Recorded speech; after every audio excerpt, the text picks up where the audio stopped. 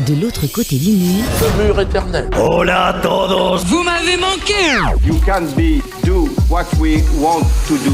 Ah, il ne faut pas avoir peur. Je vais me lever et m'en aller. Macron, you know Macron is a very nice guy. Macron. Je n'ai pas besoin d'un ventriloque. Je vous assure, tout va très bien. No, you cannot do that, Donald. Pour la France, c'est une immense chance d'être le premier pays musulman d'Europe. On va faire des escaliers de paquets de couscous pour marcher jusqu'à Saturne. C'est ça le plan. Vous voudriez donc que je m'appelle comment? Corinne. Ouais, logique. On a dit pas les mamans, pas les francs. Calmez-vous madame, ça va bien se passer.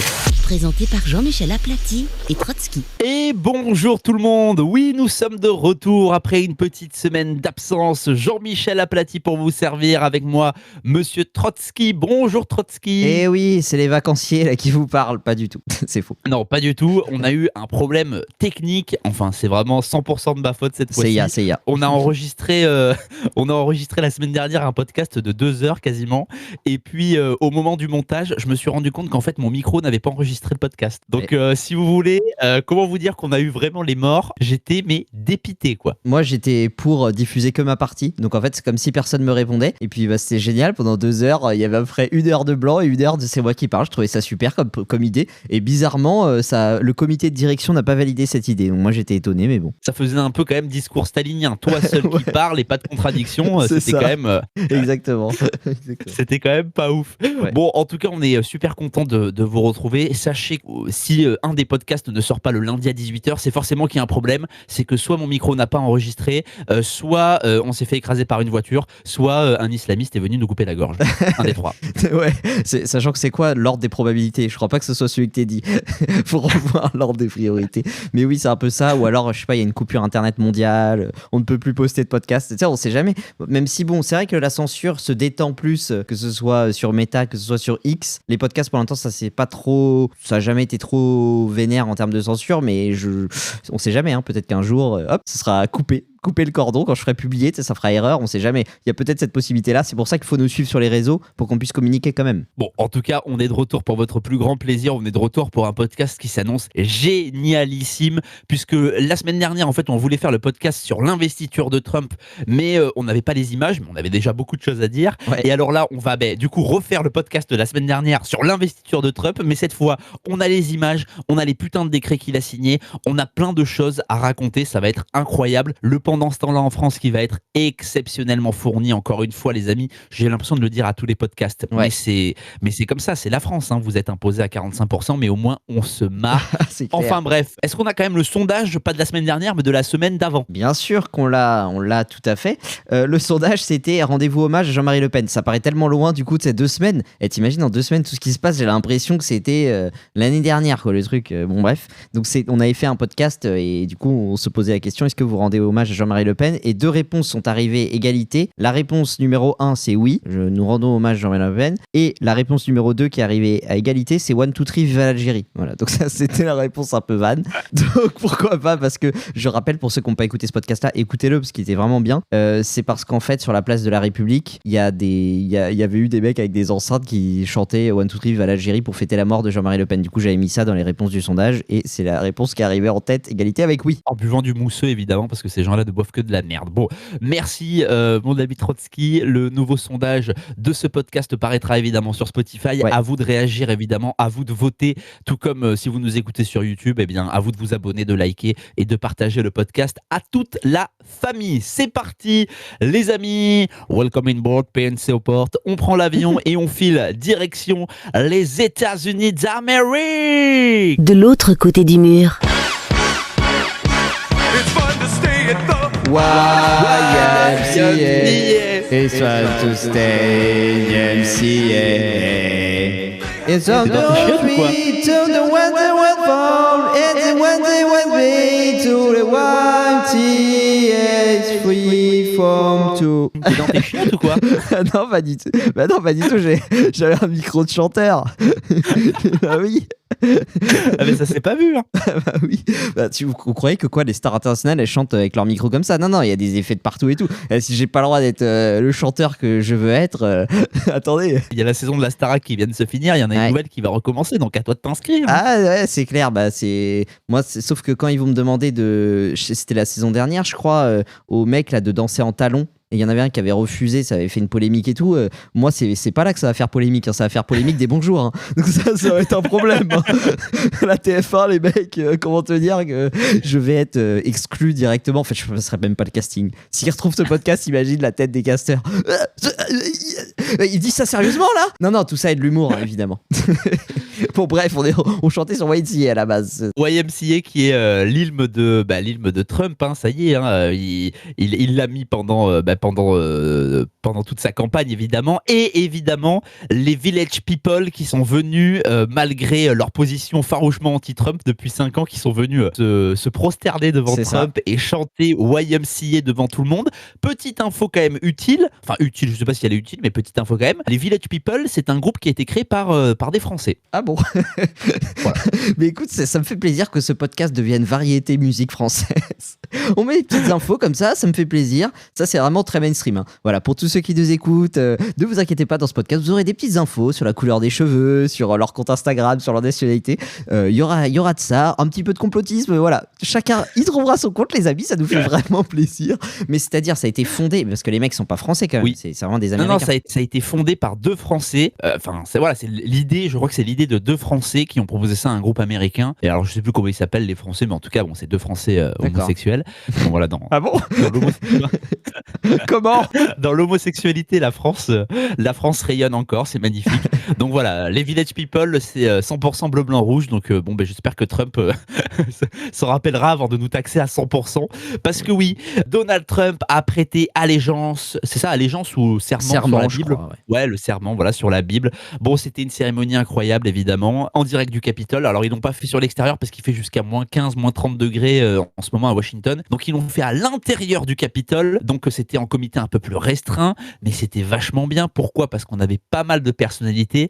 On avait, évidemment, tous les anciens présidents. On avait évidemment, à côté de Trump, Joe Biden, Kamala Harris. Trump qui les a défoncés pendant le discours, c'était incroyable. Et puis, on avait, première entorse au protocole de Donald Trump, on avait Giorgia Meloni, le premier ministre italien. On avait Javier Milei, le président argentin.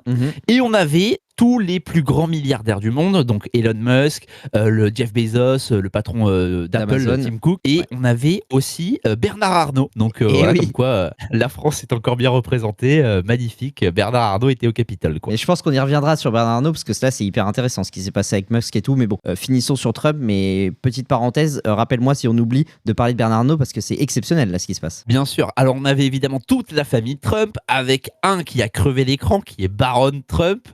18 ans, le mec fait 2 mètres, il a une stature incroyable, tu le vois, tu sens qu'il a des projets pour l'Amérique quand même. Tu sens que il va prendre la relève quoi. Et puis moi c'est là où je me suis dit putain, ils ont de la chance les ricains. C'est quand j'ai vu Melania arriver. Ah putain, et je me suis dit mais Melania Trump. Je sens le dérapage là, tu vois, j'ai une petite alerte comme ça et je sens qu'il va déraper. Croyez-moi ou non, mettez un petit timecode là, hop, extrait, c'est pour l'extrait X là. Ça va arriver dans un instant, bougez pas. Ouais. Non mais Melania Trump. Oui. Comparé aux travestis que nous avons en France. Voilà, j'en doutais. Comparé au premier monsieur travesti que nous avons en France, qui est Brigitte Jean-Michel Macron-Trogneux. Franchement, mais putain, mais Mélania, elle a de la classe, bordel. Non, mais 58 ans, la meuf, elle est rayonnante, elle est incroyable. Et puis elle est classe, t'as vu, elle laisse toute place à son mari. C'est lui qui est élu, c'est pas elle. Elle arrive avec son gros chapeau, boum, son mec, il essaye de lui faire un bisou, hop, freinage de chapeau, on peut pas. Oui, mais toi, tu trouves ça cool, toi, de prendre un vent devant 6 milliards de téléspectateurs, toi, tu trouves ça sympa? Moi, je l'ai trouvé extrêmement classe, Mélania. Je l'ai trouvée incroyable. Franchement, elle s'est détendue un peu le slip à un moment où Trump va couper le gâteau avec son sabre là. Ouais. Mais sinon, pendant la cérémonie du Capitole, je l'ai trouvée extrêmement classe. Hein. Ah, moi, je l'ai trouvée extrêmement froide. Bon, alors, je sais, on va me dire que c'est une femme de l'Est, machin, c'est comme ça, mais putain, mais c'est ton mari revient des enfers là. Je te rappelle qu'il a failli être tué 2 fois. Je te rappelle que il a perdu des élections. Il fait un comeback qui a jamais eu lieu dans l'histoire des États-Unis. Enfin, il y a juste un gars qui avait perdu des élections et qui était revenu, mais personne n'est revenu de ces procès pour être soi-disant un agent de Poutine, pour tous ces procès des plaintes sexuelles, tout. Enfin, bref, on a essayé de le terminer sur tous les sujets du monde. Et elle a l'air d'être aussi contente que quand on te brûle une ampoule chez les pédicures, quoi, merde. Mais moi, je trouve qu'elle est classe parce que c'est un moment solennel, un moment qui n'est que pour son mari, et elle a réussi en fait à s'effacer à son profit, tout en restant quand même dans la lumière parce que tout le monde l'a remarqué et elle était bon, d'abord très très jolie. Ouais, elle a laissé la lumière à son mari et je trouve que c'est incroyable comparé à l'autre travesti qu'on a en France là qui chante pour les pièces jaunes là. Bon ben là c'est vraiment quand même un autre level, donc je tenais quand même à signaler ça. Bravo Mélania, tu nous as régalé. Bon là évidemment c'est l'autorité supérieure de mes gencives là qui est obligée d'intervenir. C'est bien sûr une chronique humoristique, hein. Tout ça était de l'humour, de la satire, hein, bien sûr, puisque je rappelle qu'il y a 5 personnes qui ont fait des tweets pour dire exactement ce que tu viens de dire, qui ont fait 48 heures de GAV, hein, je te rappelle, hein, donc méfie-toi. Ah bah oui, bien sûr. Là Zoé Sagan il a fait de la GAV, il y a Bertrand Scholler qui a fait de la GAV, il y a eu des arrestations massives sur ce sujet-là, mais vraiment c'est très très tendax, et il y a Natacha Ray là, qui a perdu son procès pour diffamation à ce sujet-là, donc méfie-toi. Ah oui, tous ceux qui ont dit que Brigitte Macron n'était pas une femme ont fini en garde à vue. Bon, en tout cas, une partie, oui. Bon, si les services de l'État arrivent à retrouver Jean-Michel Aplathy, sachez que je vous accueillerai avec un petit café et que je vous adore. Donc ne me faites pas trop de mal, s'il vous plaît. Si lundi prochain il n'y a pas d'épisode, vous saurez pourquoi. Ce sera peut-être, ce sera ni les 2 raisons que tu avais évoquées en fait. Ça se trouve s'il y a une 4e possibilité. Exactement. Bon, revenons à la cérémonie d'investiture. Trump, donc, qui a fait pas mal d'annonces choc avec la première qui est quand même exceptionnelle, c'est nous allons envoyer une fusée sur Mars. Oui, c'est vrai que nous on est là. Peut-être qu'au niveau du fauteuil de Gérard Larcher et la retraite et peut-être les pistes cyclables, ce serait mieux qu'elles fassent 6,5 mètres. Eux ils sont là. Ouais, on va faire une fusée sur Mars. C'est vrai qu'on n'est pas dans le même monde, quoi. Qu'est-ce qu'a merdé? Je ne comprends pas. On n'est pas dans le même monde. Et puis Macron qui la même semaine se fait prendre au piège par un influenceur algérien qui s'était pris 135 € d'amende parce qu'il avait payé au péage avec son téléphone portable. Macron qui fait une vidéo sur TikTok. Nous allons intervenir. Je mets le dossier sur le bureau de Monsieur Retailleau. Nous devons pouvoir payer le péage avec le téléphone portable. Non mais putain, mais là tu vois le décalage entre nous et eux, c'est assez exceptionnel, hein. Donc Trump qui veut envoyer une fusée sur Mars, Trump qui a dit que l'âge d'or de l'Amérique allait commencer maintenant, tout ça devant Biden et Kamala Harris, hein. En gros il a dit vous étiez des merdes, personne ne vous a respecté, avec moi maintenant ça va changer. Et ce qui est vrai c'est que ça a changé bien avant son investiture, puisque Israël et le Hamas ont signé un accord, pas de paix mais en tout cas de cessez-le-feu, de trêve, avec la libération de beaucoup d'otages israéliens, même français je crois. Tout ça évidemment dû menace en fait de Trump, hein, qui avait dit au Hamas que si avant son investiture les otages n'étaient pas libérés, l'enfer éclaterait sur la Palestine. En gros il a dit qu'il allait finir le travail si vous voulez. Donc il allait raser le dernier bâtiment qui était debout, hein, parce que je rappelle que tout est déjà détruit, hein. L'enfer c'est déjà là-bas, hein, donc pour info. Donc il les a menacés, ça a fonctionné, le Hamas évidemment a libéré les otages, et Biden, et alors là c'est ça qui me fait trop rire, quoi.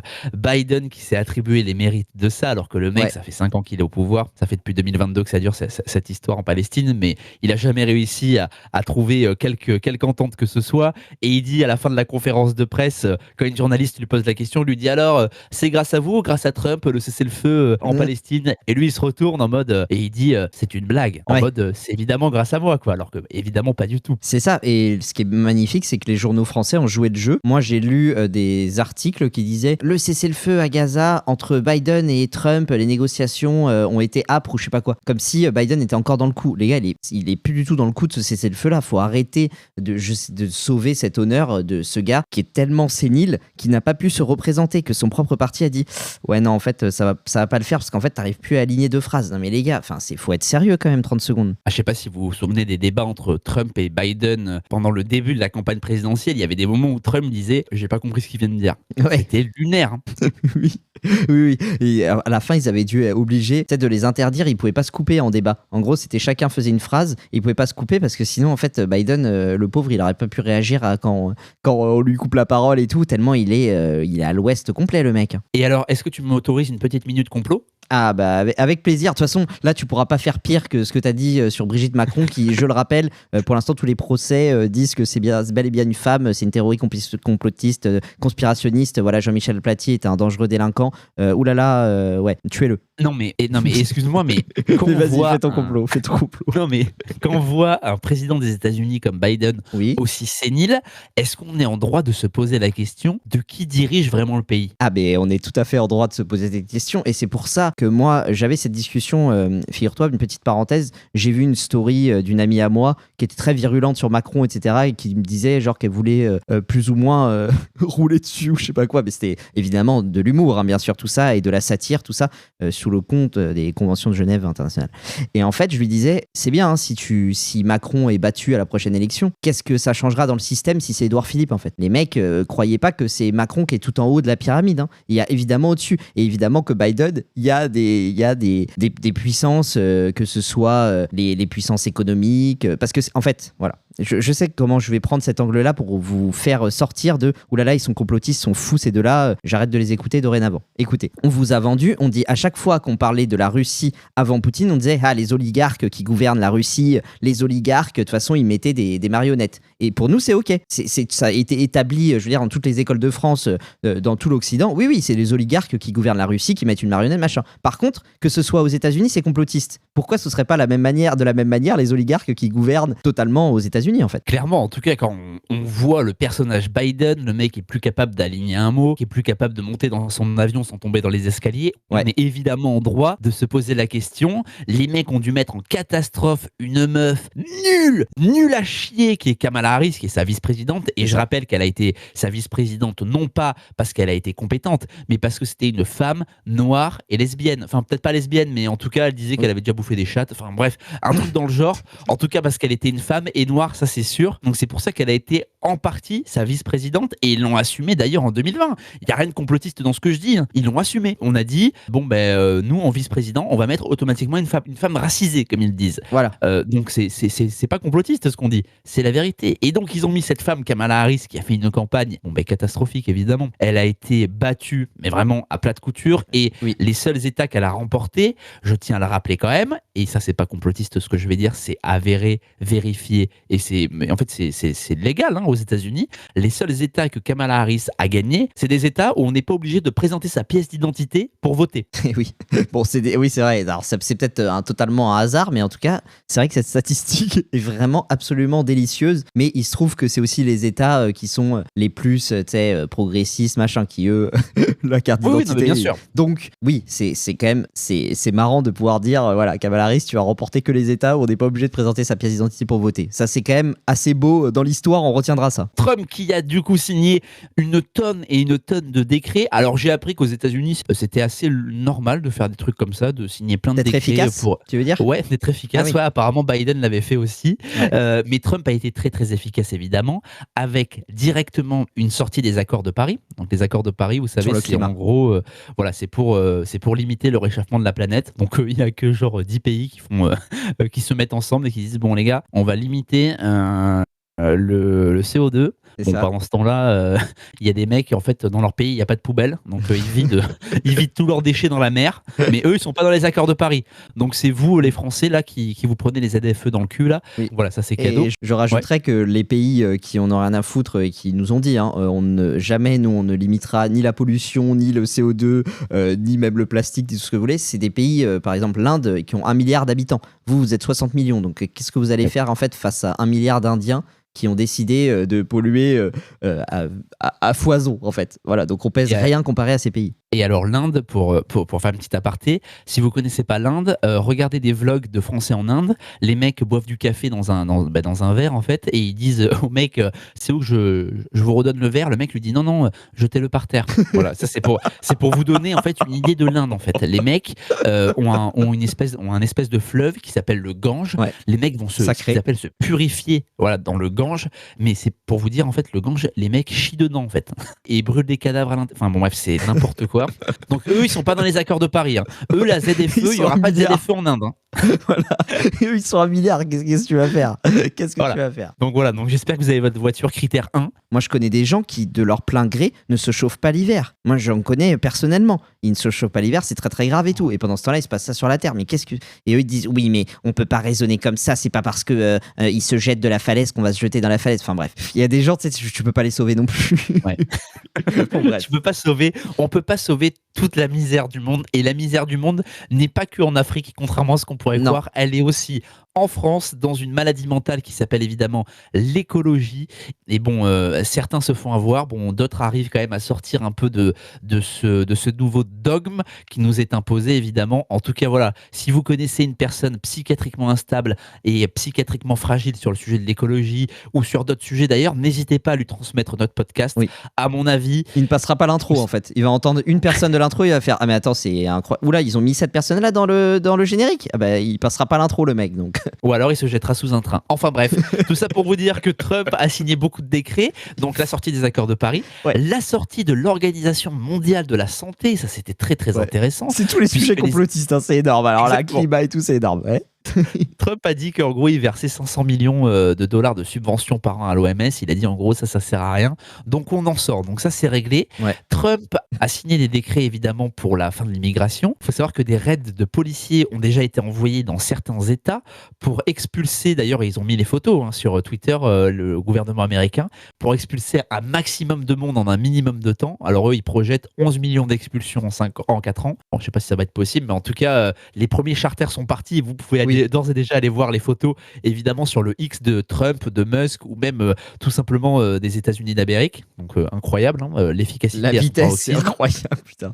Non mais c'est ça, l'armée déployée aux frontières directement. Donc vous voyez comme quoi quand vous savez quand en France on a des débats où on dit oui on aimerait bien expulser tant de personnes etc. Les journalistes disent toujours mais comment vous allez pouvoir Ouais. faire au niveau de la logistique ce n'est pas possible. Bon ben vous voyez que en quelques jours Trump a déjà fait mieux que Macron en 10 ans. Mais attends, ça me fait penser à un autre podcast masterclass à envoyer cette fois, non pas à vos amis écolo-anxieux, mais plutôt à vos amis ouverture des frontières, pro-migrants, c'est celui sur le Salvador, masterclass absolu. À Bukele, qu'est-ce qu'on lui a fait comme coup à Bukele? On lui a dit, mais monsieur Bukele, vous savez que si vous enfermez les narcotrafiquants, ils participent à l'économie, ils font vivre des familles, vous allez faire baisser le PIB du Salvador, c'est très très grave ce que vous avez prévu d'enfermer tous les narcotrafiquants. On lui a fait ce coup-là. En fait, nous dire, bah, on aimerait bien un peu de sécurité et tout, on nous arque des arguments de merde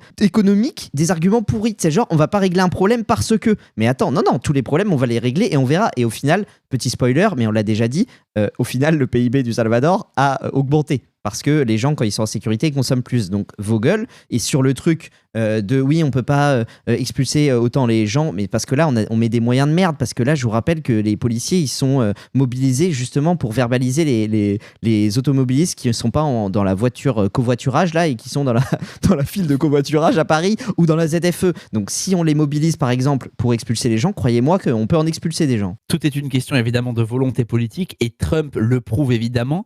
Trump qui a signé une ordonnance, alors très très particulière et qui va peut-être vraiment chambouler le monde dans les prochains jours, c'est la déclassification des dossiers sur la mort de JFK.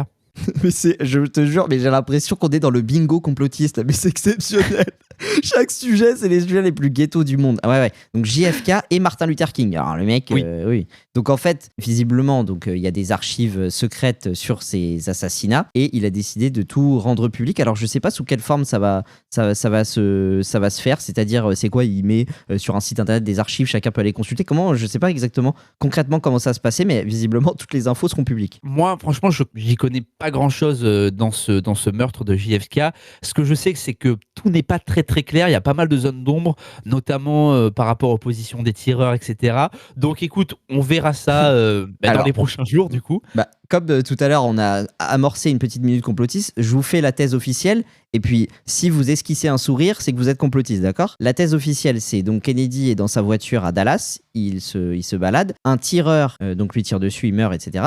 Et ce tireur-là, inconnu des services de police, loup solitaire, se fait buter immédiatement par le FBI avant qu'on ait pu l'interroger et qu'on nous dise qui c'était. Voilà. Et c'est marrant parce que, en fait, dans plein de méthodes, justement, du FBI, de la CIA, eh bien, quand on a un agent à qui on fait faire le sale boulot, on le tue immédiatement, comme ça règle le problème. Voilà la base des théories complotistes. C'est que, oulala, et pourquoi ce serait pas un agent finalement ? Ouais. Je rallonge la petite minute complot. Est-ce que c'est à peu près équivalent, tu me dis, si c'est équivalent au fait qu'un avion soit rentré dans le Pentagone et disparu ? Alors, il a pas disparu, il a laissé une carte d'identité. Et on a retrouvé, je crois, des débris, mais genre vite fait. Tu sais, on a retrouvé 2 mètres carrés de carlingue. Enfin bon, bref, c'est une question. Oui. Bah après, si tu vas par là, est-ce que c'est pareil que la tour 14 qui est tombée sans avoir été percutée ? La tour numéro 7, tu veux dire. Ah oui, le 7, pardon. J'ai pas les bons chiffres. Qui était une antenne de la CIA. Bon. Allez, là on est pas mal. Ce podcast-là, putain, on a bien fait de pas être là la semaine dernière. Putain, on compense, mais fois 100, on est. Ah non, mais là aujourd'hui, c'est chaud. Et encore, c'est pas fini. Ouais, mais après, en même temps, mais les gars, c'est l'homme le plus puissant du monde qui nous donne du matos, en fait. Donc nous, on peut rien faire. Le mec, il déclassifie des trucs top secret depuis des décennies. Qu'est-ce que vous voulez qu'on fasse ? On est obligé de réagir. C'est vrai, ils ont fait que notre métier, en quelque sorte. Parce que putain, non mais si on avait une presse libre qui vous disait ça, on ne serait pas obligé d'aller aussi loin. Mais putain, ils disent rien. C'est de la merde, putain. Mais les journaux, déjà que plus personne les lit, les radios, les télés. Putain, là, le seul événement de ces 6 derniers mois, c'est quand Geoffrey Lejeune a dit ouais, on n'avait pas le droit de le dire pendant le Covid. Mais putain, mais vous avez le droit de le dire. C'est juste vous êtes des merdes, vous êtes soumis, c'est tout. Putain, et donc nous, on a le droit de le dire. On vous emmerde. Le Covid, justement, pour en revenir là-dessus. Ouais. Excusez-moi encore une fois, excusez-moi, on va rallonger la minute complotiste, puisque Biden, non mais ça c'est incroyable, Joe Biden a gracié préventivement, de manière préventive, donc on ne sait pas pourquoi, tous les membres de sa famille, notamment Hunter Biden, qui était dans des affaires voilà, très très très très sombres, et Anthony Fauci, qui était en fait le Olivier Véran, si vous voulez, du Covid aux États-Unis. Donc lui aussi a été gracié. On aura peut-être des éléments de réponse dans le mandat de Trump. En tout cas, ça pose évidemment question. Tout ce que je sais, c'est que pour justifier la sortie de l'OMS, Trump a parlé et de la contribution financière des États-Unis qui était trop élevée, et il a dit il y a eu des scandales dans la gestion de la crise Covid. Je pense que ça donne un indice par le mec Fauci qui justement a géré toute la politique sanitaire du Covid. Donc à mon avis c'est sur ça. Visiblement le truc de grâce préventive, c'est un peu flou. On pourrait pas trop juridiquement gracier pour quelque chose qui n'a pas encore été fait. Enfin, c'est un peu chelou ce qui se passe, mais en tout cas, Biden avait promis de ne pas faire des grâces comme ça de sa famille et tout, et il a fait ça le dernier jour dans son bureau. Donc ça fait vraiment mec en panique. Finalement, hop, là, je signe partout et hop, je me casse et j'ai gracié tout le monde. C'est très chelou de faire ça quand même. Ouais, c'est très chelou, surtout que, bon, on va peut-être pas faire un épisode sur le Covid, mais on sait par exemple que l'OMS, la plus grande fondation qui subventionne l'OMS, c'est la fondation de Bill Gates. On sait qu'il y a des doses de vaccins qui ont été achetées, qui étaient peut-être pas nécessaires, notamment au niveau de l'Europe, avec les fameux textos de Ursula von der Leyen. L'Europe qui a acheté pour 1 milliard d'euros de Remdesivir. À l'époque, on savait déjà que c'était un médicament qui ne marchait pas. Enfin bon, bref, il y a beaucoup d'affaires très très floues dans cette affaire Covid. Donc on verra ce que Trump va pouvoir nous en dire, va pouvoir sortir comme dinguerie, mais à mon avis, il y a de quoi faire. Ah non, mais là, c'est le grand bingo du complot, je te jure. Je sais pas quel sujet de pas complot on n'a pas fait aujourd'hui. C'est incroyable. Mais en tout cas, oui, je pense que là, pendant le Covid, il s'est avéré, il s'est passé des dingueries. Si Trump a décidé de déclassifier et du John Fitzgerald Kennedy et du Martin Luther King, je me dis que pour le Covid, il va peut-être nous sortir aussi quelques petites pépites. Et là, j'ai hâte, même si il sort déjà des choses sans lui. Alors, avec Trump, imaginez. Trump qui a par contre aussi gracié à son tour. Oui, il a gracié tous les prisonniers qui ont participé à l'assaut contre le Capitole en 2020. Donc lui, il les appelle les otages. Et donc, il a gracié, je crois, 1200 ou 1300 personnes.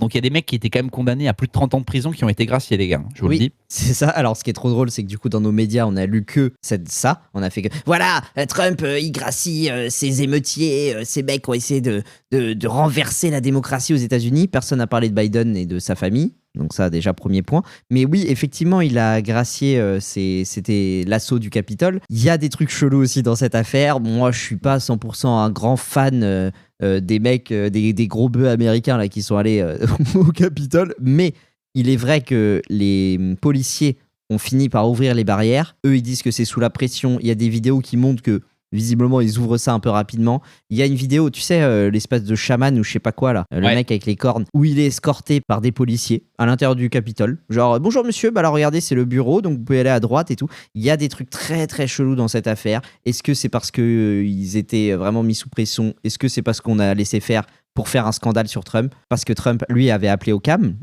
ça on le rappelle jamais, mais lui, il avait dit, bon allez, c'est bon, rentrez chez vous, arrêtez. En tout cas, il y a des trucs bizarres, et lui aussi, il joue à la grâce. Bon, moi, je trouve pas ça très stylé, mais il joue les mêmes armes que Biden. Trump qui a gracié évidemment tous ses otages, comme il les appelle, et puis Trump qui, cette semaine, Trump, il est vénère. Hein. Je vous le dis, les gars, il est pas là pour enfiler des perles. On avait parlé, enfin, on n'en avait pas du tout parlé, enfin, on en avait parlé, mais vous n'avez pas pu l'entendre. Entre nous. Vous n'avez pas pu l'entendre, évidemment. L'affaire du Groenland. Ah oui. Oui, puisque Trump souhaite racheter le Groenland. Alors, dans les médias français, on a pris ça pour une blague. En fait, une blague. Et alors, il s'avère que pas du tout. Cette semaine encore, Trump a discuté, je crois, avec le Premier ministre danois, en lui disant vraiment son intérêt pour acheter, du coup, le Groenland, pour en faire, déjà des bases militaires, évidemment, sur place, pour exploiter, évidemment, toutes les mines de terres rares. Il y a beaucoup d'uranium, par exemple. Il y a pas mal de trucs très, très intéressants économiquement. Il y a aussi le fait qu'on puisse, toi tu es peut-être meilleur en géographie que moi, expliquer comment on peut passer par le Groenland en bateau. Oui, alors en fait, là, je vous incite à taper Groenland sur Google pour voir à peu près sa position, parce qu'en fait, nous, le planisphère qu'on nous donne à l'école, pour, comment on appelle ça, pour des raisons de praticité, c'est pas exactement à la bonne échelle. Par exemple, l'Afrique est représentée trop petite, etc. Et nous, le Groenland, là, dans votre tête, je pense que vous le voyez pas aussi gros que c'est. En fait, c'est absolument énorme, le Groenland. C'est 4 fois la France. C'est 4 fois la France, c'est te dire. Et en fait, déjà, c'est au milieu de l'océan. Ils n'ont pas de voisins. Ce qui veut dire que du coup, tu as des... comment on appelle ça? Des terres... J'allais dire des terres maritimes. Non, pas du tout. Tu as un espace de mer. Vous savez, chaque côte... Tu as les 100 km à côté de ta côte, c'est à toi. Donc là, ça veut dire que tu as une mer qui devient à toi, mais qui est absolument immense, parce que sur les 4, sur le tour en fait du Groenland, ça devient à toi. Ça, c'est le premier point.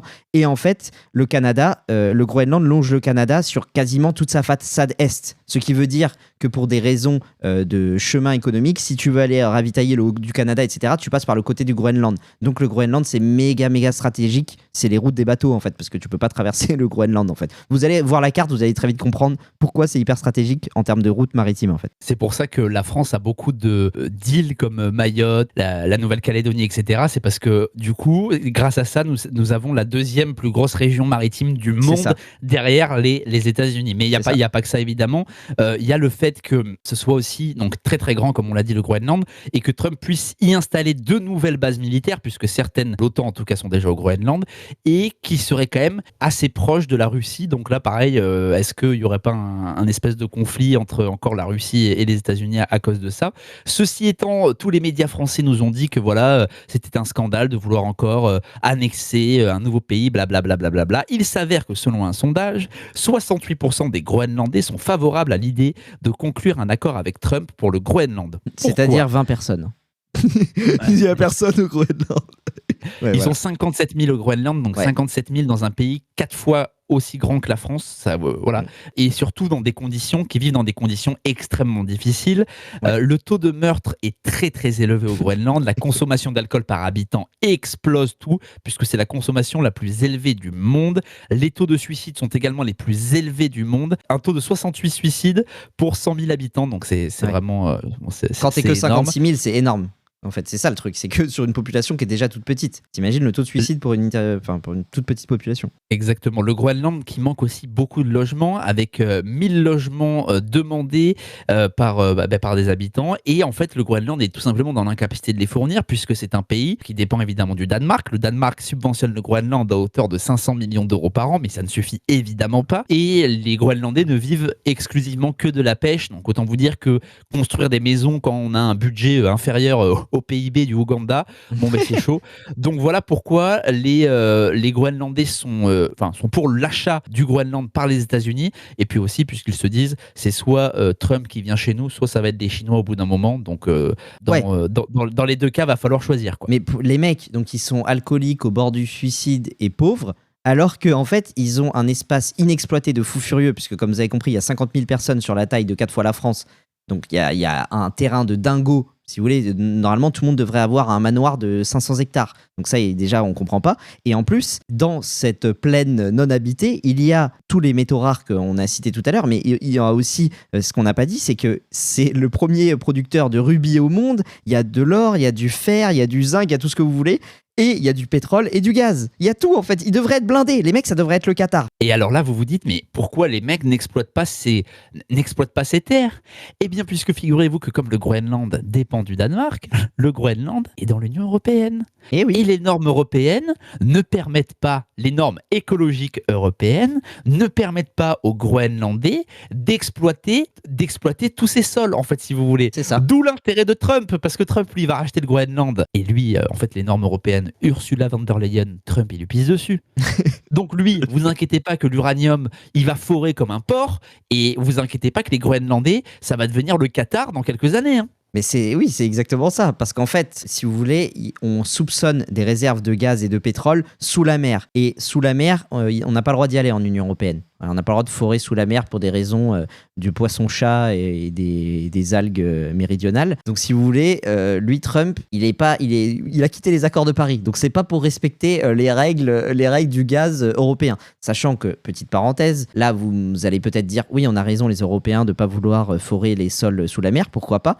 Mais dans ce cas-là, pourquoi on achète aux Américains le gaz de schiste que nous, on a interdit de forer ? Parce que c'est des méthodes où en gros on explose la terre pour avoir le gaz de schiste. Pourquoi nous on achète aux autres des méthodes qui sont interdites chez nous ? C'est un peu comme les normes avec les agriculteurs. On dit aux agriculteurs français, non, vous n'avez pas le droit d'utiliser ce genre de produits, non, pas ce genre de pesticides. Et à côté, on ramène des tomates en fait du Maroc par exemple, qui ne respectent pas ce qu'on impose à nos propres agriculteurs. L'Union européenne, si vous voulez, c'est un grand collectif de plusieurs pays qui veulent se suicider en fait, si vous voulez. Et à côté, vous avez des concurrents comme la Chine et comme les États-Unis qui n'en ont strictement rien à carrer et qui ne respectent évidemment aucune norme pour être tout simplement les premières puissances mondiales, et force est de constater qu'ils ont plutôt raison. Et eux, ils veulent aller sur Mars. Nous, on veut faire attention ne pas aller en scénic dans le centre de Clermont-Ferrand. Eux, ils veulent aller sur Mars. Voilà, fin de la comparaison. Ils veulent aller sur Mars, et puis, alors là,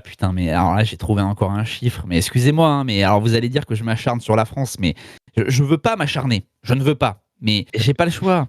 Pendant que les Américains veulent aller sur Mars grâce notamment à SpaceX qui compte 16 000 salariés, nous avons en France le CNRS qui a inventé cette semaine une application pour quitter X. Voilà. Je ne sais pas trop pourquoi. Le CNRS qui, eux, compte 31 000 salariés. Donc voilà, ça vous laisse une petite idée du problème en fait. Le CNRS, 31 000 salariés, on développe une application pour quitter le réseau social X. SpaceX, 16 000 salariés, on va sur Mars. Donc vous comprenez en fait le décalage évidemment. Bon, déjà quand vous voyez la gueule de Bayrou et évidemment la gueule par exemple du vice-président américain J.D. Vance, déjà, si vous voulez, ça vous laisse déjà l'avenir peut faire peur. Oui, c'est clair. Tu vois la tête, la bouille de Gérard Larcher et de son fauteuil qui doit sans doute soutenir, qui vaut 40 000 €, ça doit être pour soutenir sa masse, sa masse très, très, très, très importante. Et tu vois là-bas les Américains sur bodybuildé, si tu veux, c'est pas la même histoire. C'est sûr que ça laisse envieux des Américains, en tout cas Trump qui commence un mandat de fou furieux évidemment. Ceci étant, petite brouille entre les Trump identitaires et les Trump, j'ai envie de dire, pro-Elon Musk, muskien. Oui, puisque on a eu un débat il y a quelques jours évidemment là-bas de l'autre côté de l'Atlantique. Musk qui dit à Trump qu'en gros, c'est bien d'expulser tout le monde, mais qu'il fallait quand même accorder des visas de travail aux étrangers les plus qualifiés pour la Silicon Valley, évidemment. Musk qui est pour une immigration de travail surqualifiée, et les pro-Trump qui, eux, disent non, on n'en a plus rien à foutre, on n'accueille plus personne, on va se débrouiller nous-mêmes. Et alors, je suis tombé sur un chiffre qui est très, très intéressant. Et alors là, c'est vrai que ça, c'est un débat. C'est un débat à voir. Est-ce que l'immigration choisie, surqualifiée est intéressante pour le pays, ou alors est-ce qu'il faut vraiment fermer les frontières, etc. Mais en tout cas, j'ai vu quelque chose d'assez parlant. Que vous savez qu'aux États-Unis, donc les immigrés évidemment créent un grand nombre d'entreprises, mais de quels immigrés s'agit-il? Et figurez-vous que les immigrés européens venus de l'Union européenne sont les immigrés qui créent le plus de grandes entreprises aux États-Unis. Bah oui, parce qu'en fait, on a encore des écoles performantes, des écoles vraiment haut niveau. Je parle école d'ingénieurs, je parle sciences politiques, des choses comme ça. Donc on arrive encore à former des gens très très qualifiés qui, une fois qu'ils voient les taxes et les lourdeurs administratives, s'expatrient, et ces gens-là sont très forts et sont très intelligents pour pouvoir créer des entreprises ailleurs. Donc ça m'étonne pas du tout. Par exemple, je ne sais pas si vous êtes déjà allé aux États-Unis, mais en tout cas aux États-Unis, le nombre de pâtisseries françaises qui sortent de terre, les gars, c'est abusé. Hein. Nous, on a la loi SRU qui impose aux maires de sortir de terre des HLM. Eux, ils ont la loi pain au chocolat, croissant, qui impose aux Français de venir faire des pâtisseries aux États-Unis tellement elles sont dégueulasses. Non, mais vous voyez, il n'y a pas que les pâtisseries, évidemment, il y a plein d'autres exemples, notamment pour en revenir à Bernard Arnault. Bernard Arnault, l'invité de Trump en grande pompe. Bernard Arnault qui a ouvert plusieurs usines aux États-Unis. Trump qui lui avait dit d'ailleurs pendant son premier mandat, vous voyez quand vous avez un bon président qui ne vous taxe pas, que vous pouvez faire beaucoup de choses. Donc voilà, Bernard Arnault est venu voir un peu ce qui se passait. Est-ce qu'il va ouvrir de nouvelles usines aux États-Unis? Affaire à suivre. Oui, alors attendez, Bernard Arnault, c'est exceptionnel. On fait un petit récap pour ceux qui sont pas des spécialistes des milliardaires en France. Je rappelle que Bernard Arnault, c'est le patron de LVMH, donc Louis Vuitton, Moët Hennessy, donc c'est-à-dire le méga luxe français, c'est-à-dire le fleuron de notre industrie, ce qu'on maîtrise le mieux en France avec la cuisine. On a cité justement juste avant, avec les boulangeries. Et il est aussi patron de médias, parce que quand on a des milliardaires, on a un petit kiff perso, généralement, c'est d'avoir son média et de faire le concours avec ses autres potes milliardaires. Un truc de milliardaire, on comprendra quand on sera milliardaire. Et donc, il est patron du journal Les Échos, donc c'est le journal, vous savez, économique.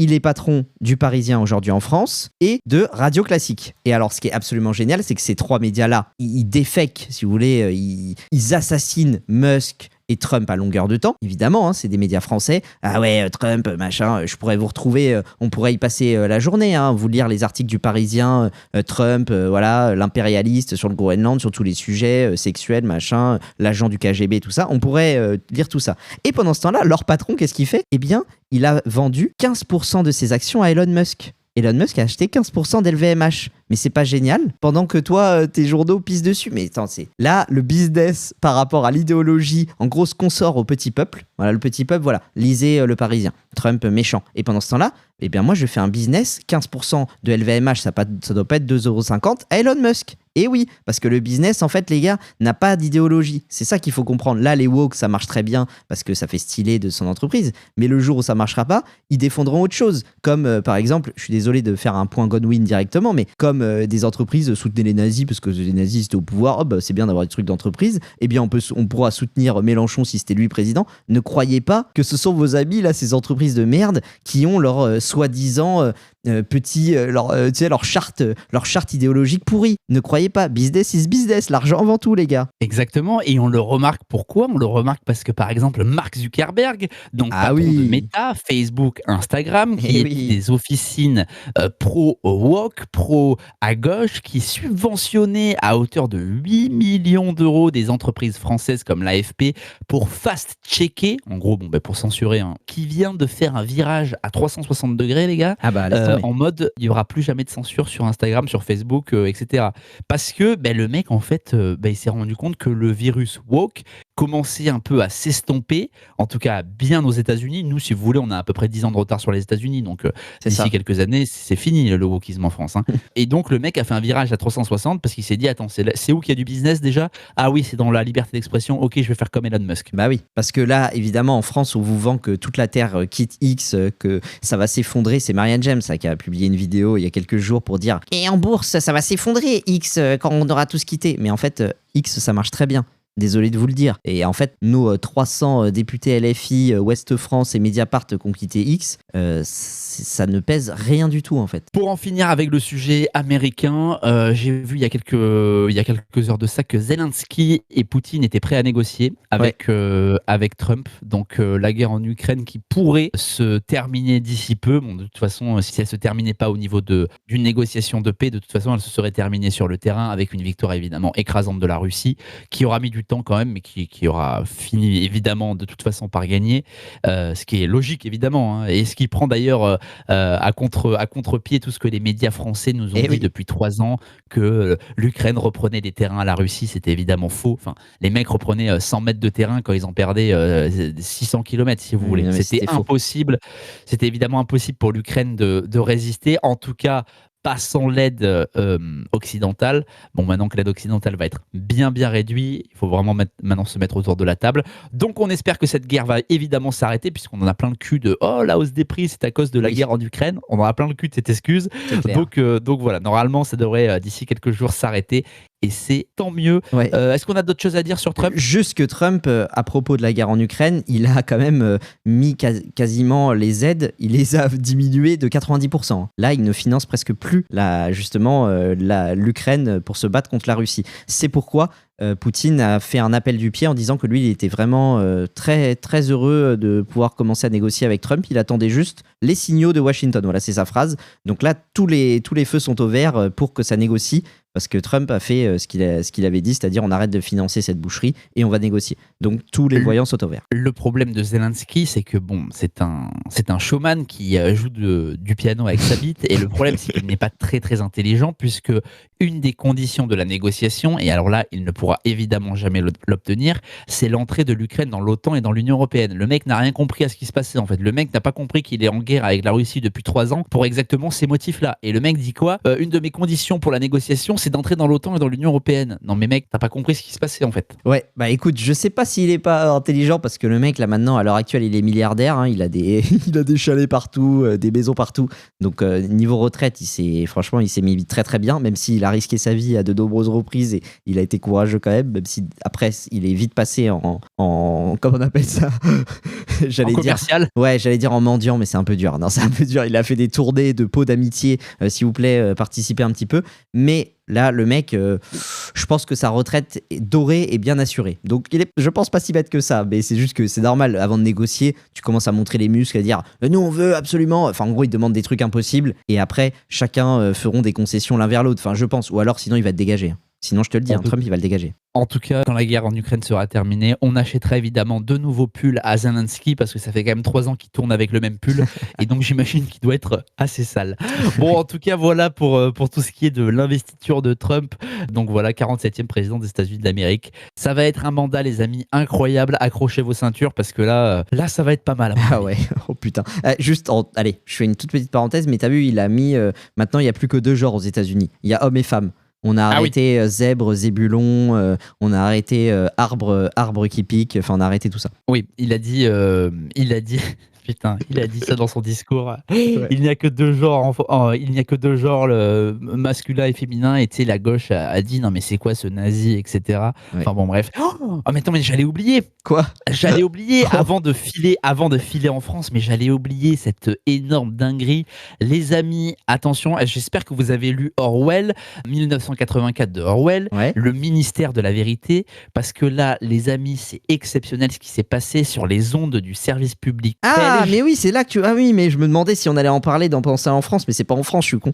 Mais oui, c'est pas en France. Mais oui, t'as raison.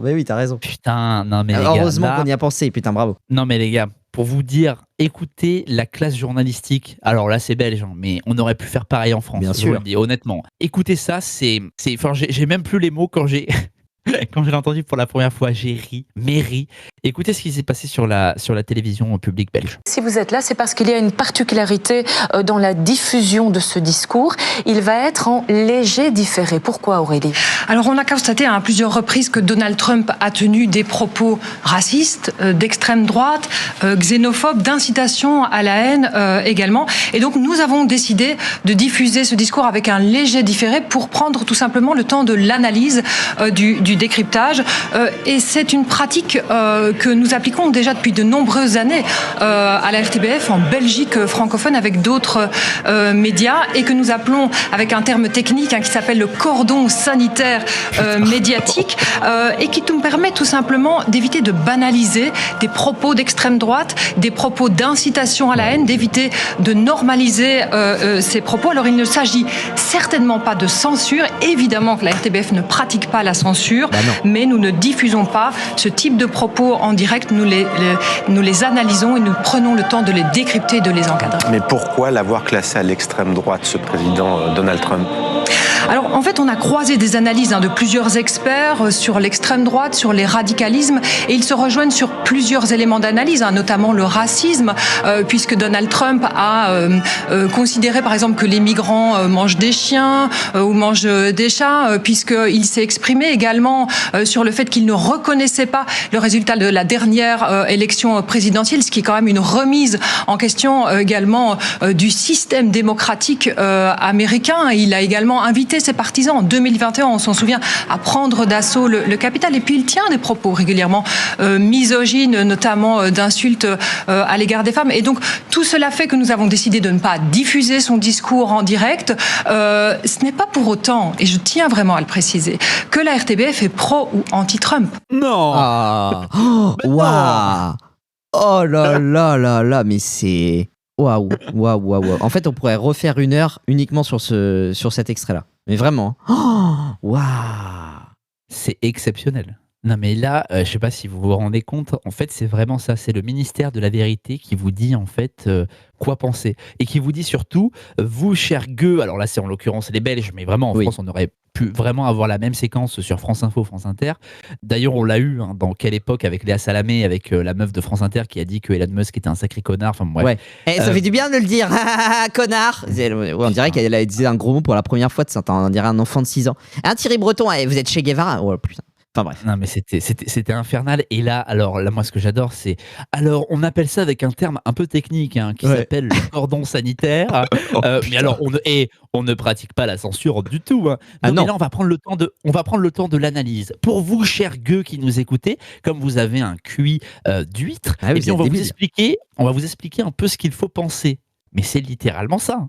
C'est en fait, là, vous voyez ce qui se passe. S'il y a un gars qui va faire un discours, nous, ce qu'on va faire, c'est qu'on va le mettre dans nos machines, on va le pré-mâcher à votre place, et en fait, on va vous vomir à la place ce qu'on considère comme être intéressant, ce qu'on considère comme ça passe, ou ce qu'on considère comme c'est dans la bienséance. Voilà. Le reste, c'est des morceaux un petit peu trop durs de votre bouillie, on va pas vous les donner. Donc, vous ouvrez la bouche et puis on va faire comme les oiseaux, voilà, qui vous ont pré-mâché le discours et on va vous vomir au visage. Voilà. Et ce sera ça votre nourriture, les gueux. Vous êtes contents ? En tout cas, en Belgique francophone, je pense qu'ils ne sont pas super contents quand on voit l'état d'une ville comme Bruxelles. Alors, vous n'avez pas l'extrême droite, mais par contre, vous avez des islamistes à chaque coin de rue, les gars. Vous avez maintenant des partis islamistes en Belgique qui se présentent à toutes les élections et qui font entre 10 et 15%. Ouais. Je dis ça comme ça. Vous n'avez pas l'extrême droite, mais vous allez voir, la RTBF, en fait, c'est ça que ces gens-là comprennent pas, c'est que ce soit l'extrême droite qui gagne ou que ce soit les islamistes qui gagnent, dans tous les cas, ils iront faire la vaisselle.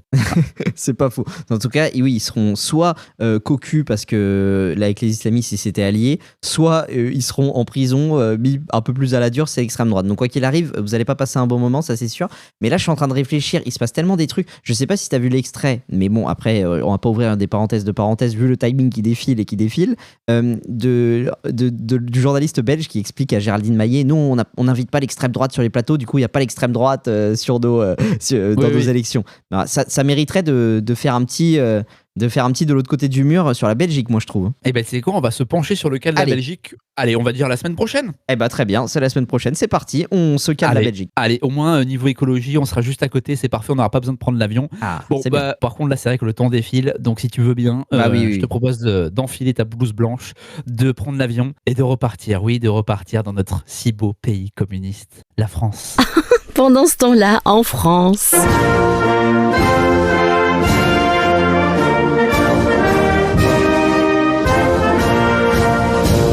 Ça enregistre bien ? Bah écoute, j'espère. On y croit. Okay. Si vous nous entendez, bonjour. Bonjour, je crois que ça enregistre, oui. Tout est enregistré et tout ça. Le mec s'est chauffé en fait. Depuis tout à l'heure, tout ce qu'il disait sur Brigitte Macron et tout, en fait, il pensait être hors antenne. Tout ça, évidemment, c'était pour rire. Et oui, en tout cas, les amis, la France qui nous régale de pépites comme on en fait peu. Et alors là... Bon, en fait, déjà, la semaine dernière, j'ai fait un pendant ce temps-là en France que vous n'avez pas pu entendre, qui était fourni, évidemment, et qui était très intéressant. Et en fait, du coup, je me suis dit, je vais pas rechercher des actus, peu importe, on va refaire le même, et puis tant pis, on développera. Mais en fait, c'est-à-dire qu'en une semaine en France, il se passe des trucs, mais tu te dis, mais c'est pas possible. Mais je ne vis pas dans la même planète que ces gens-là. C'est ça, c'est qu'à chaque fois, on pense qu'on peut garder des infos, on ne peut pas tellement, il y en a en une semaine. Et en fait, ce qu'on se dit avec mon ami Jean-Michel, c'est qu'on pourrait faire une rubrique quotidienne, en fait. C'est hallucinant le nombre d'actus qu'il y a. Donc là, tu as dû, du coup, te refournir en actus fraîches de cette semaine. Bah tant mieux, au moins, c'est du poisson frais que tu nous proposes. Là, acheter mon poisson, il est frais. Alors bon, on va commencer évidemment avec le maire de Grenoble, le maire écologiste de Grenoble. Et les gars, les municipales, c'est dans 1 an et demi. Donc s'il vous plaît, quand ça sera l'heure, allez vraiment voter. Parce que la dernière fois, dans les grandes villes notamment, personne n'est allé voter. Donc c'est Écologie Les Verts qui a gagné de partout. Bon, les résultats sont terribles. Et à Grenoble, je peux vous dire que les Grenoblois s'en mangent les doigts. On nomme leur ville Chicagreux. Pour vous dire quand même le niveau du truc.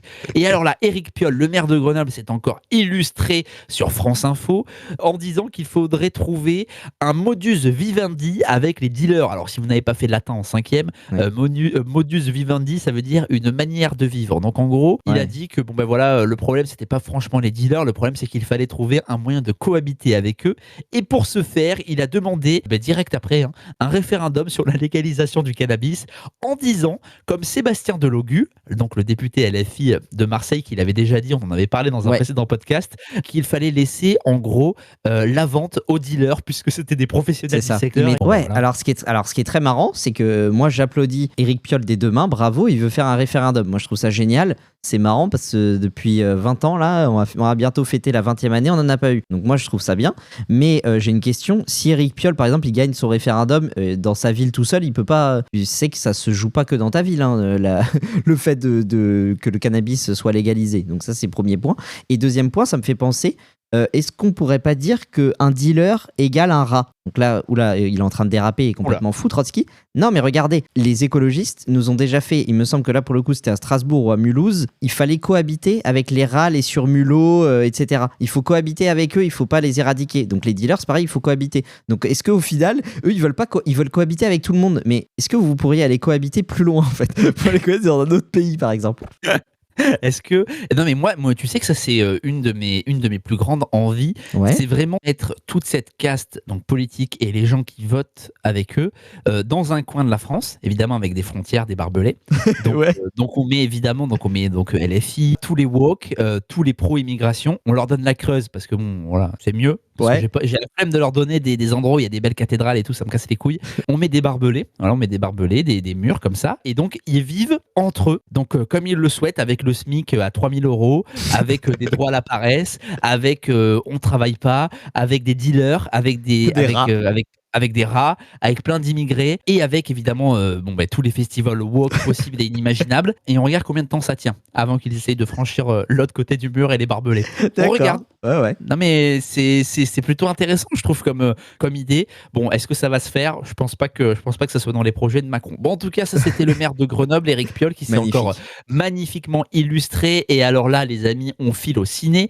Oui, le cinéma français. Oui, vous êtes fiers de payer le CNC pour le cinéma français. Avec la semaine dernière, c'était la sortie de Toutes pour une. Donc voilà, c'était un film en gros, si vous voulez, qui reprend les Trois Mousquetaires, mais en version woke. Donc les Trois Mousquetaires se sont transformés en Trois Mousquetaires femmes, racisées, donc noirs, arabes et lesbiennes, je crois, un truc comme ça. C'est un minimum, si c'est pas transsexuel. Ouais, alors j'aurai l'affiche du film, il y a... Non, c'est que des racisés. Ah, il y a une blanche quand même. Bon, en tout cas, voilà, c'est un film exceptionnel. Donc les Trois Mousquetaires version woke, évidemment un désastre en termes d'entrée, avec seulement, écoutez bien, 1271 entrées sur toute la France. Donc ça fait 8 spectateurs dans la journée. Enfin bon, bref, c'est vraiment...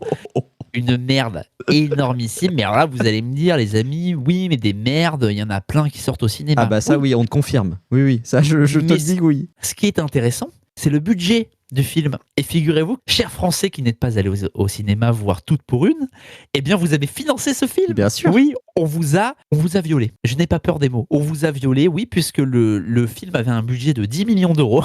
Donc déjà, pour faire une dope pareille, c'est quand même énorme. Dont 2 600 000 euros de France Télévisions. Donc ça, c'est vos impôts. Voilà. Ça, c'est cadeau. 850 000 euros du CNC. Ça, c'est vos impôts. 550 000 euros des régions, encore vous. Et 500 000 euros de l'Union européenne. Donc ça, là, c'est encore nous. Oui, mais les Hongrois aussi ont participé. C'est ça qui est rigolo. Oui, mais c'est que tout le monde a participé. Oui, mais sauf que nous, on participe à hauteur. Enfin, tu vois, on participe quand même en pourcentage de plus. Donc c'est quand même nous.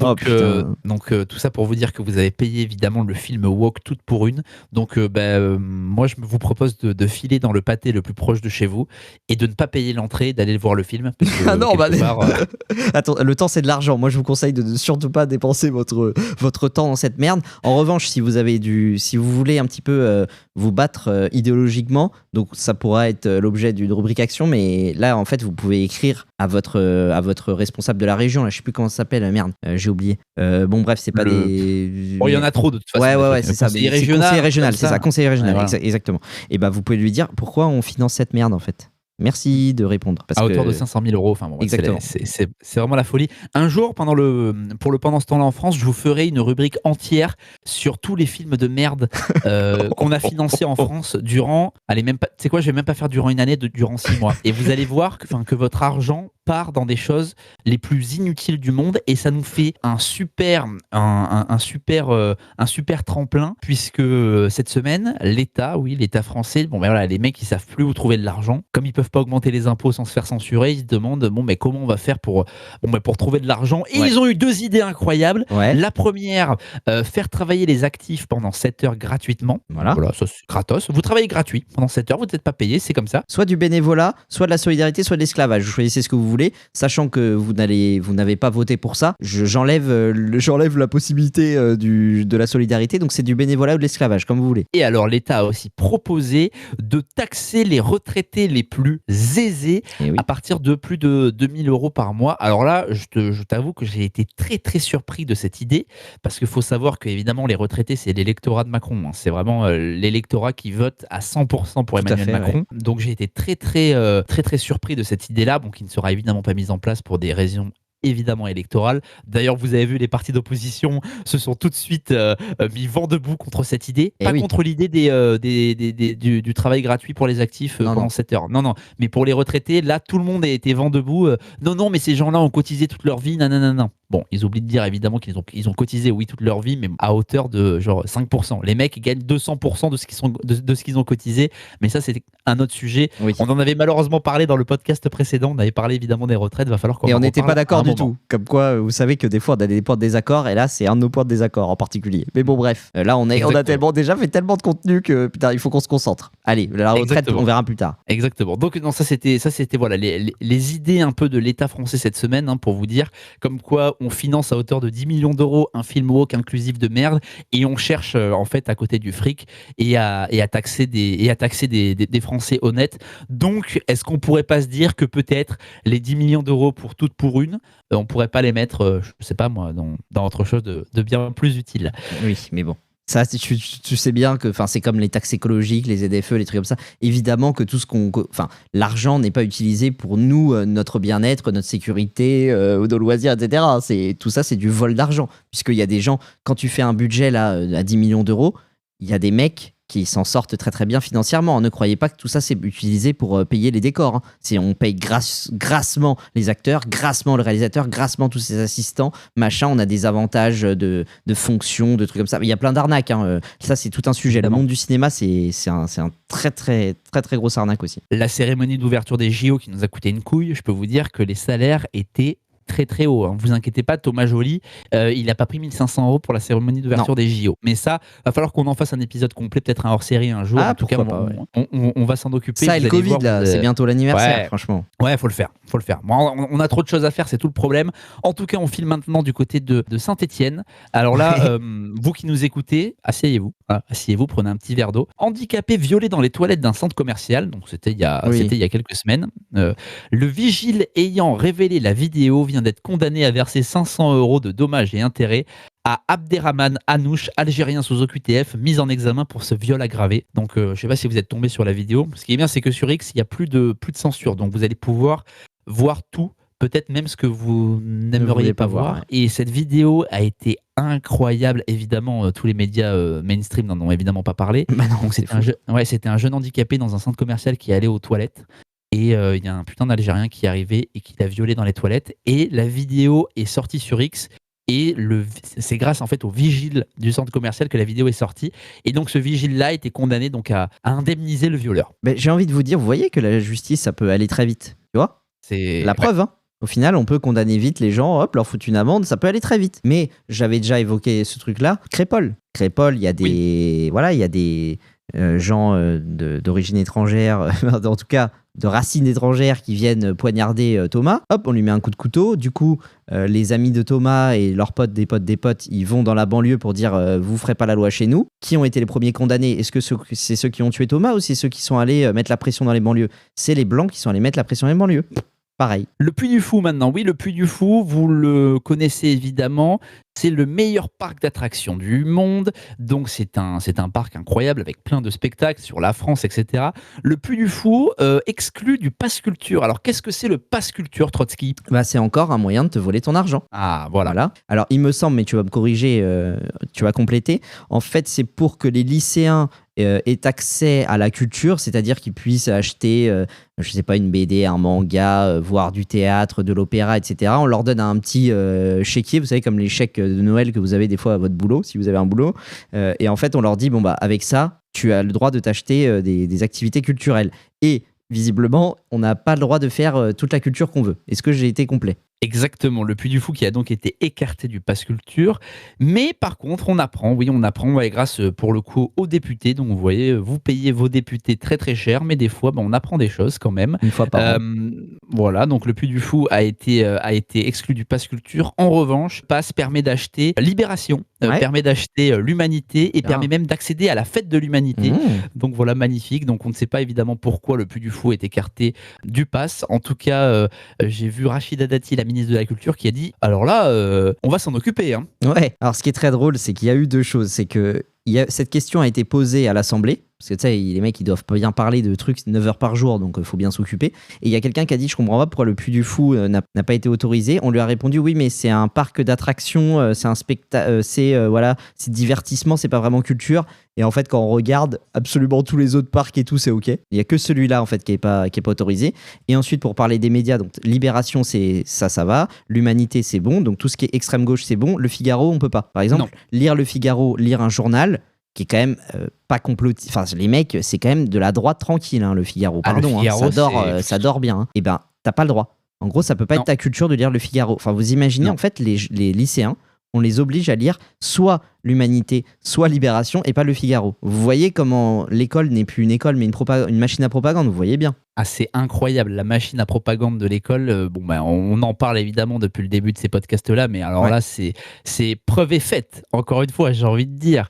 Donc voilà, le pass culture qui a écarté le Puy du Fou et évidemment tous les magazines de droite. Alors le Puy du Fou, pourquoi il a été écarté du pass culture ? C'est simple, hein. C'est parce que de 1, c'est Philippe de Villiers qui en est le propriétaire. Donc Philippe de Villiers, homme très à droite, soutien d'Éric Zemmour, etc. Et également parce que c'est un parc en fait sur l'histoire de France. Hein. Et alors ça c'est l'horreur, quasiment le nazisme. C'est en fait, je m'attendais pas à ce dernier mot. En fait, c'est-à-dire que c'est sur l'histoire de France, mais on pourrait faire sur l'histoire de France. Nous sommes des colonialismes, nous sommes des enculés. Au Moyen-Âge, tout le monde mourait, il y avait que des esclaves. Nous avons fait la traite des Noirs, etc. Il faut un petit peu se flageller. Là, c'est pas l'ambiance. Au Puy du Fou, c'est on est des putains de boss. Les chevaliers de la table ronde, on est des boss. En fait, on était les patrons de la cuisine, les patrons des chevaliers. On a fait les croisades, voilà. Nous, c'est la beauté, la grandeur de la France, les oiseaux, Aliénor d'Aquitaine, tout ce que tu voulais.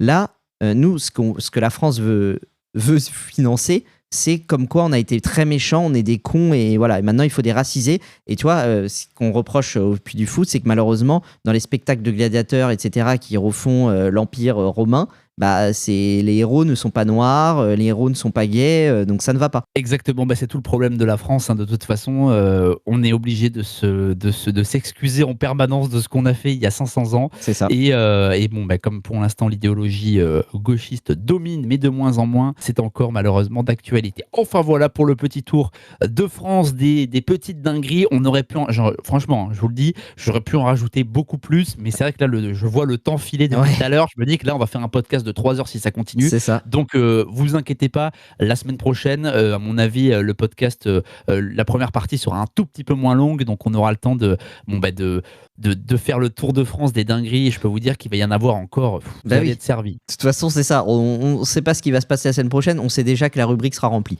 et que notre petit gilet, notre camisole de force sera bien utilisée la semaine prochaine. Exactement. Allez, troisième partie, on passe maintenant à l'action. Maintenant, place à l'action. Et oui, on passe à l'action cette semaine puisque je vous avais dit il y a 2 semaines, je vous avais fait un petit, une petite rubrique action qui était, on va dire, gauchiste, écologiste, compatible, c'est-à-dire de ne pas boire d'alcool pendant une semaine. Alors moi, je sais pas vous, mais j'ai réussi ce défi assez facilement. Au final, j'ai juste esquivé un bourbier, mais sinon ça a été assez facile en vérité.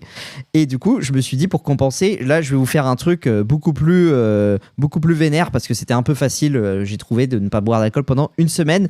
Donc là, on va s'attaquer, comme on a fait le grand chelem du complotisme, avec un autre sujet très très friand des complotistes, même si maintenant c'est devenu un mot limite sympathique, c'est limite une petite médaille qu'on se met sur le torse. Ah, t'étais complotiste toi, pour le Covid? À la classe et tout.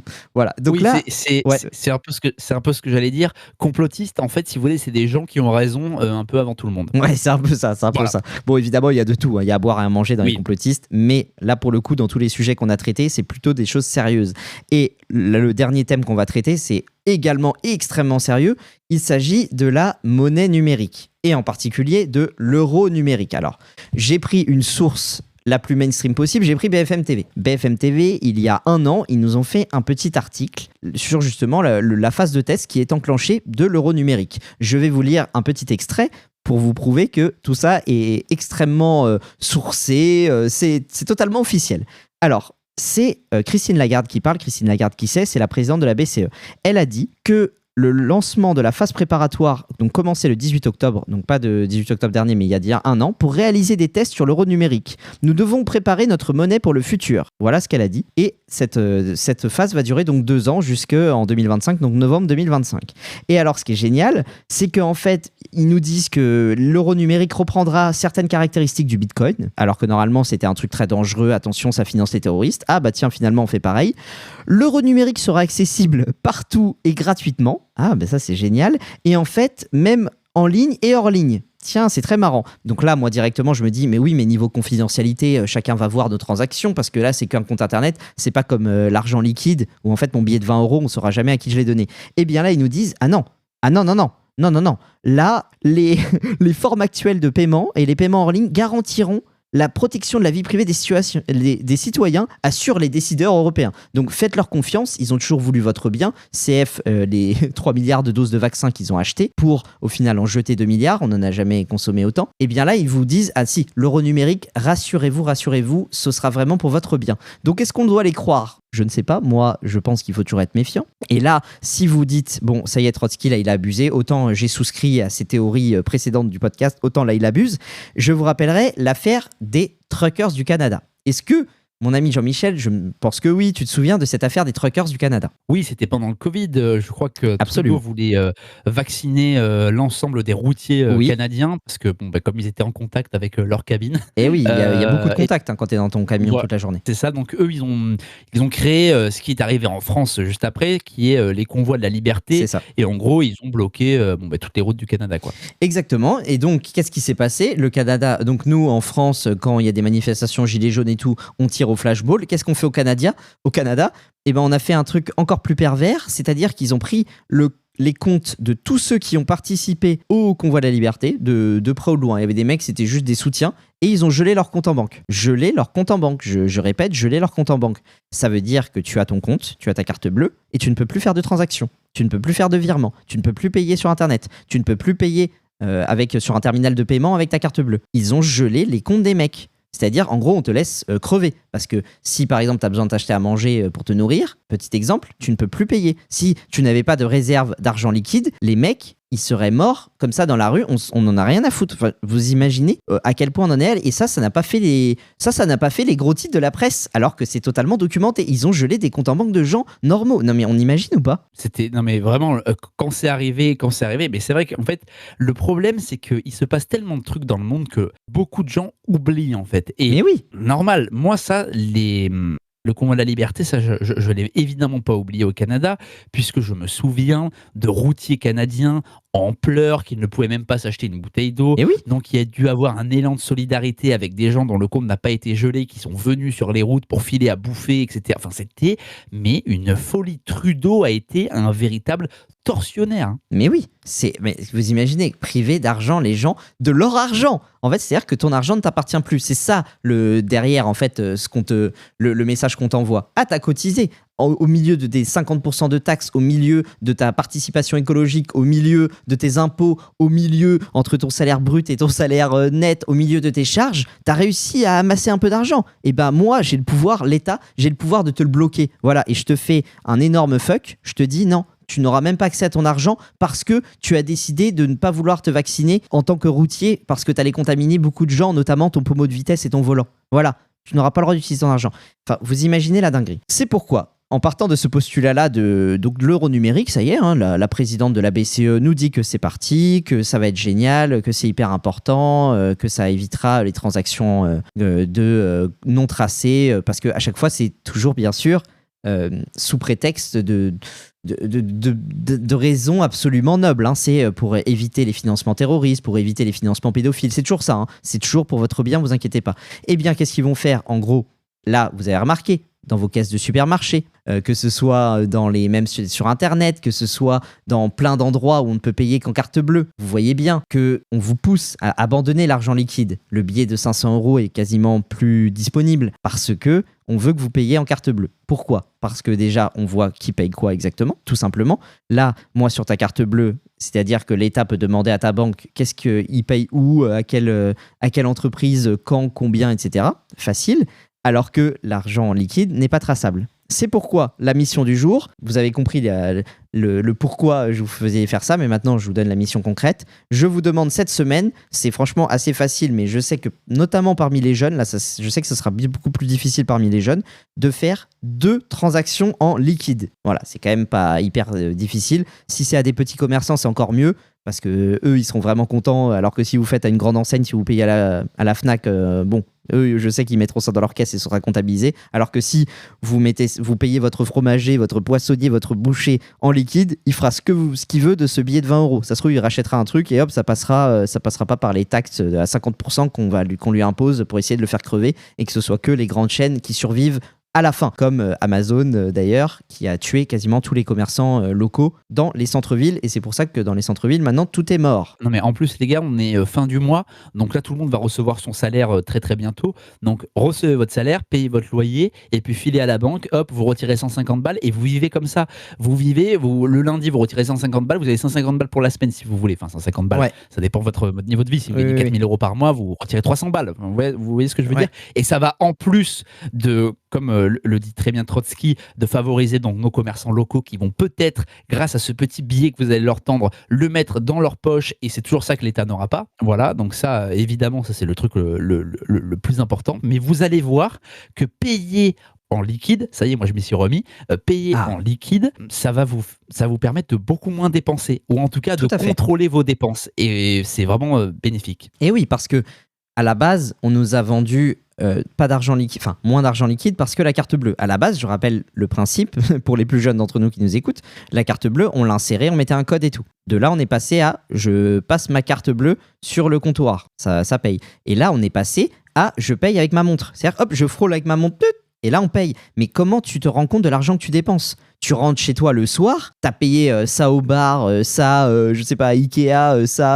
de vêtements, mais tu te rends pas compte. Alors que moi, je vous assure que quand j'ai mes 150 € dans la poche et que je vais au marché, je sais précisément quel argent j'ai dépensé et je vois les billets qui, le stock diminue. Oula, je vois que la couleur, j'en ai plus des bleus, là j'ai plus des 20 €, il me reste que des 10 €. Oula, faut que je fasse gaffe. On voit exactement l'argent qu'on dépense. Je vous assure que c'est beaucoup plus bénéfique et que vous allez pouvoir mieux contrôler votre budget, comme le dit mon ami Jean-Michel. Et puis truc tout con, si vous voulez faire un crédit à la banque pour acheter une piole, vous savez que les banquiers regardent l'historique de vos dépenses. Bien sûr. Et les dossiers où il y a trop de jeux en ligne, où il y a trop de bars, où il y a trop de PMU, etc. Ça peut ne pas passer. Bien sûr. Par exemple, truc tout con, vous allez chez votre buraliste tous les 2 jours pour acheter un paquet de clopes. Ouais. Eh bien, figurez-vous que, donc on le voit, hein, les banquiers le voient, je sais pas combien c'est un paquet de clopes, c'est 12 balles je crois. Donc 12 € lundi, 12 € le mercredi, etc. Votre assurance de crédit va augmenter puisque votre espérance de vie va diminuer. Ouais. Alors que si vous venez acheter vos clopes en cash, eh bien voilà, les banquiers ne le verront pas. Donc ça, c'est aussi quelque chose d'important à savoir, en tout cas, si vous voulez acheter une maison incessamment sous peu. Oui, et puis encore une fois, vous avez la puissance. Bordel, on va pas vous faire des pendant ce temps-là en France pendant 20 ans. Moi, c'est pas mon objectif, hein, c'est marrant, mais mon objectif, c'est quand même qu'on reprenne le pouvoir. Et en fait, notre pouvoir, c'est de payer en liquide et de passer outre ces taxes de l'État et d'avoir notre propre système parallèle. Alors là, je vous donne des petites étapes, pour l'instant, c'est tranquille, mais dans 6 mois, on va passer, je pense, on va avoir un réseau totalement parallèle, on va avoir le boucher du podcast, le poissonnier du podcast, on va payer qu'entre nous, entre services, même pas, peut-être pas en euros, hein, je vous le dis, hein, parce que là, moi j'en ai marre, que c'est marrant toutes ces actualités, mais il va falloir qu'on renverse un peu la table. C'est quand même une petite action, mais ne vous laissez pas faire, ne vous laissez pas entraîner dans l'euro numérique. On sait pas dans quoi on met la main, les gars. Vraiment, 2 transactions cette semaine et ça vous permettra de goûter un petit peu à ce plaisir du cash. Et juste le dernier argument, et j'en arrête là vu le temps de ce podcast qui est notre record absolu, eh bien c'est que moi, depuis que je paye en liquide, je suis un des seuls, même au marché, hormis avec mes amis de 70 ans qui eux aussi payent en liquide, je vous dis que je suis un des clients préférés. Il y a des cadeaux qui tombent. Les mecs, ils ont les yeux qui brillent quand je sors parce qu'eux, ils me sortent directement l'appareil à carte bleue. Et moi, je fais non.